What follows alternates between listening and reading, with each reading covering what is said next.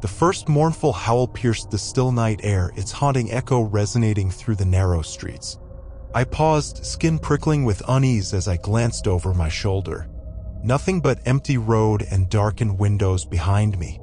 Yet the woeful sound seemed to come from somewhere within the village itself. I hadn't intended to stop here.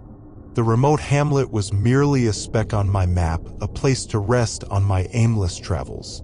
But as dusk fell and fog crept in, enshrouding the twisting mountain roads, I decided to stay the night rather than risk the hazardous journey onwards. The village appeared abruptly through the mist, a smattering of timber-framed cottages and cobbled lanes, relics from a bygone era nestled between the craggy foothills. An old wooden sign proclaimed it Haven's End, though the place seemed devoid of life. Many dwellings stood dark and shuttered, giving the unsettling impression of a ghost town suspended in time. I made my way to the only establishment still alight, a tavern named the Silver Stag, and took a modest room upstairs.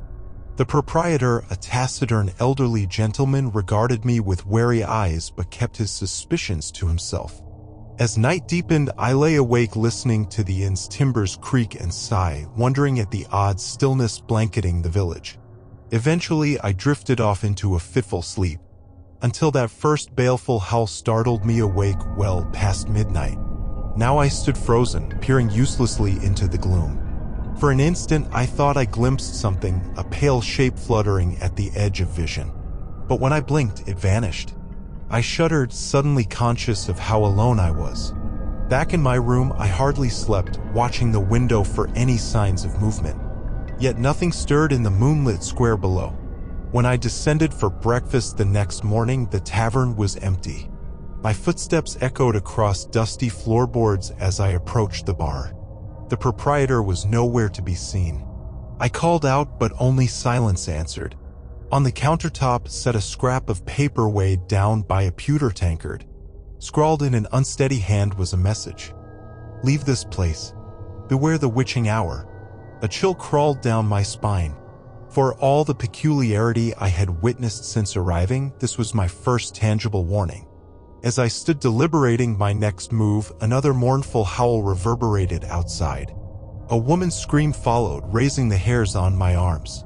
I rushed out into the square. In the light of dawn, Haven's End remained cloaked in stillness.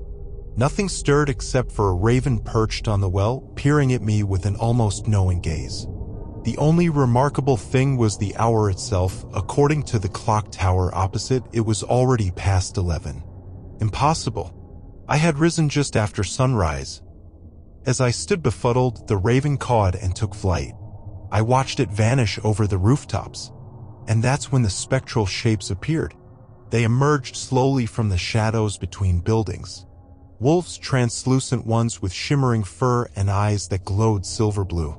I stood frozen in awe and terror as at least a dozen gathered in the square, turning their gazes on me. Surely I was dreaming. But I felt no threat from them. Their demeanor seemed calm, almost beckoning. When I didn't move, one approached cautiously and butted its muzzle against my hand. I felt a peculiar cold tingling, but no solid mass. It gazed up at me with patient expectation, as real as any living creature. Heart-thudding, I let the ghostly wolf guide me down a winding lane toward the village outskirts. The rest of the pack followed, their footfalls silent.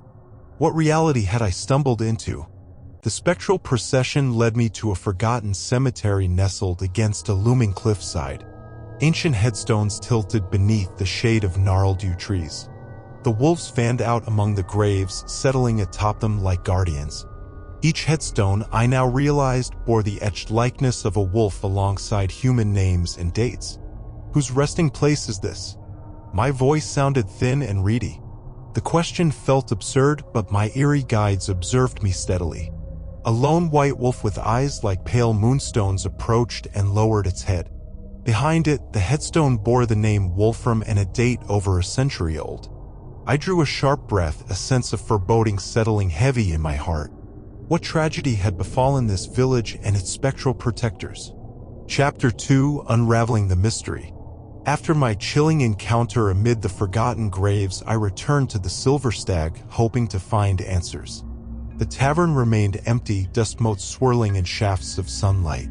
I scoured the premises but discovered no trace of life or explanation for the proprietor's disappearance. In his quarters, I found only an open door and abandoned possessions, as though he had simply stepped out and vanished. Uneasy, I ventured upstairs to search my room. But as I reached the landing, a guttural snarl brought me up short. The largest black wolf I had ever seen stood before my door, hackles raised, icy blue eyes burning. It stalked toward me, teeth bared, backing me toward the stairs. This was no phantom. Its monstrous form was terrifyingly corporeal, paws thudding against the floorboards. I cried out as I lost my footing, tumbling backward down the stairs in a painful heap. When I looked up again, the wolf was gone. Terror seized me. I had to escape this place before whatever sinister forces dwelled here claimed me too. As I fled for the door, something snagged my attention. Behind the counter stood a locked cabinet topped with candles and dog-eared books. Scrambling over, I smashed the glass and hastily grabbed a leather journal from within, along with a brass key tucked between its pages. It was the best hope I had of unraveling Haven's End's unsettling mysteries. Clutching the journal, I dashed outside into the empty village square, glancing wildly about for any sign of the wolf. The raven watched me intently from its perch atop the shuttered smithy. For now, I was alone. In the distance, the clock tower chimed noon, though the sun remained fixed at its late morning height. Time held no meaning here. Following some intuition, I circled behind the row of shops to a weed-choked path leading away from town. The trail brought me to a crumbling stone cottage, so covered in ivy it was nearly invisible against the craggy foothills. The brass key slid neatly into the lock, the door creaking open to reveal stacks of leather-bound books and odd artifacts, a secret archive. Here, I hoped to find some answers at last. Lighting candles to dispel the gloom, I settled down to read the proprietor's journal, making notes of anything significant. The cottage, I learned, belonged to the former village historian, chronicler of Haven's End's strange history. Much of what I read correlated with my own observations: the empty dwellings, the bewildering time distortions, all phenomena tied to an ancient curse. According to the journal, Haven's End suffered a horrific tragedy a century ago. A fire swept through the village, leaving many dead and the rest driven mad by grief. The village historians speculated that in their delirium, the survivors made a deal with sinister forces that allowed them to continue living with their ghostly loved ones, but only by remaining trapped in the same fatal day. A bargain that cursed them and their spectral protectors, the spirit wolves, to haunt Haven's End for eternity. I sat back, moved by pity for the poor souls caught in this perpetual purgatory. But the key discovery was a ritual the historian referenced, a means of communing with the spirit wolves to potentially break the curse. To perform it, however, one had to visit their spectral gathering grounds precisely at midnight. Perhaps I could succeed where the villagers had failed so long ago. I prepared feverishly as the hour approached, gathering ritual ingredients from the cottage and memorizing the invocations. Dusk fell, and I made my way back to the Silver Stag under the ghostly wolves' watchful gazes, their eyes flickering in the gloom. Tonight I would unravel the mystery of Haven's End or die trying. Chapter 3: Unleashing Darkness. As midnight neared, I stood within the abandoned cemetery where I had first encountered the spirit wolves, ritual items carefully arranged. Evergreens and flowering herbs encircled the weathered shrine I had constructed atop one of the older graves. Candles flickered amidst offerings of food and stones. I hoped to commune with the wolf spirits and free them from their curse. But channeling unknown entities and occult magic carried inherent risks, which I accepted. Any information I gleaned about the fateful bargain that condemned Haven's End could prove pivotal. Soon, mist crept between the graves, gathering into otherworldly shapes. The wolves materialized one by one, watchful and silent. Midnight struck, the prescribed moment, and I began my incantations, pleading for understanding and redemption. The specters sat attentive, and the air hummed with gathering power. Then disaster. A blast of icy wind extinguished my candles, plunging the ritual into darkness. Snarls erupted around me as the phantom beasts transformed, their benevolent might warped by my careless ritual. No longer ghostly, but demonic beasts with eyes of blazing coals and jaws that dripped spectral blood. The altar exploded in a burst of light, knocking me to the ground. Then the screaming started. Horrible, anguished screams from countless tormented souls. I clutched my ears in agony, the dead of Haven's End, unleashed by my failed ritual. Shadows swirled and congealed into gnarled humanoid shapes, their empty gazes boring into me. The spirit wolves howled savagely, apparitions no longer, but twisted manifestations of primal fury. I crawled away in horror at what I'd unleashed. The darkness pursued me all the way back to the village square. Behind me came shrieks, howls, sounds of shattering glass and splintering wood, the entrapped souls run amok. The silver stag blazed, flames devouring the timber frames as the night turned hellish. Not just a haunting now, but a reckoning. In the inferno's glare, I glimpsed the spectral shapes racing down streets, smashing through doors and shutters. The spirit wolves hunted in a frenzied pack, any benign remnants lost to bloodlust. What had I done? In trying to uplift a curse, I had unleashed forces beyond my control.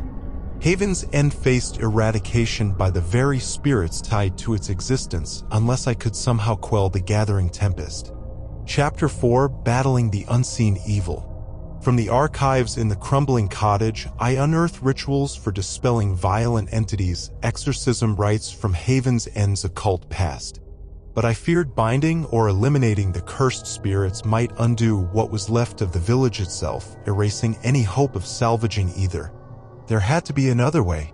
In poring over the proprietor's journal, I noticed odd gaps and omissions, phrases that hinted at some administrative body overseeing the village and enforcing secrecy. If some cabal was charged with manipulating Haven's End's supernatural fate, perhaps its members possessed the knowledge to restore balance. I searched the burning village for signs of this mysterious order, but found only ravaged homes and empty streets. The awareness prickled that I was being watched, observed from the shadows by forces waiting to see if I would contain the damage I'd caused. They would offer no aid. I was an outsider condemned by my ignorance. Despairing, I stumbled into the Silver Stag's cellar, half collapsed and partially flooded. But there, floating in the stagnant water, lay a body, the tavern keeper.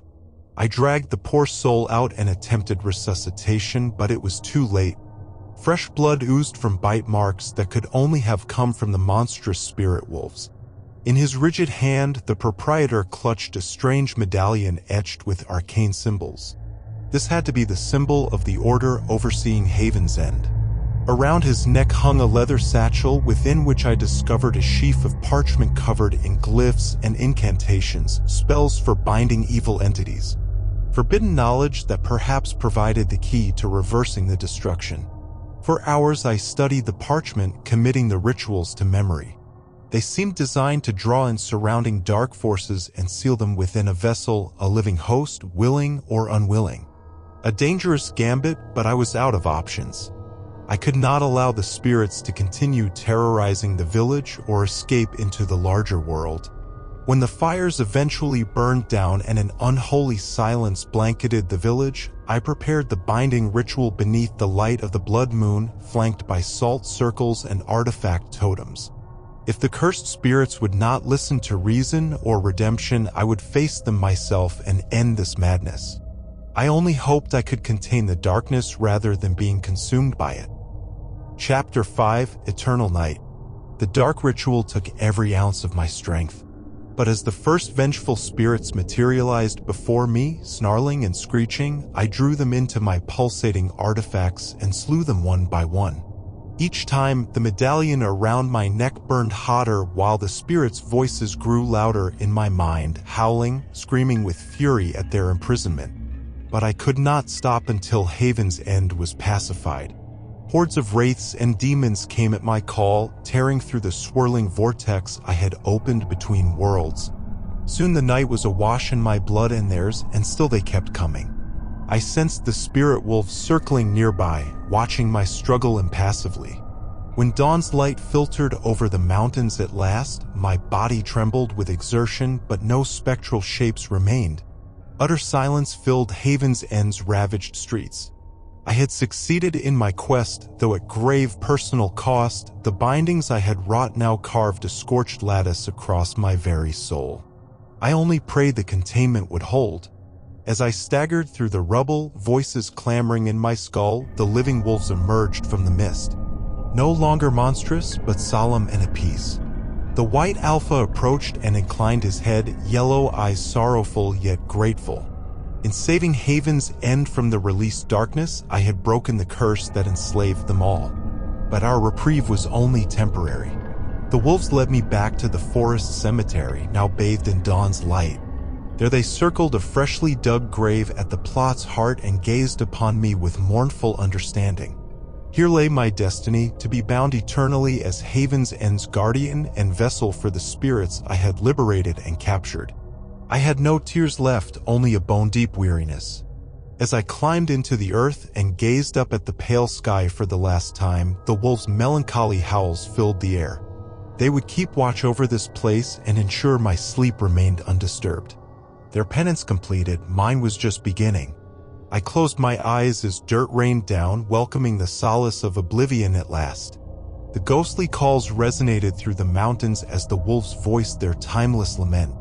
Haven's End rested in darkness, no fires, no phantoms, no lingering souls, an empty void where a thriving village had once stood.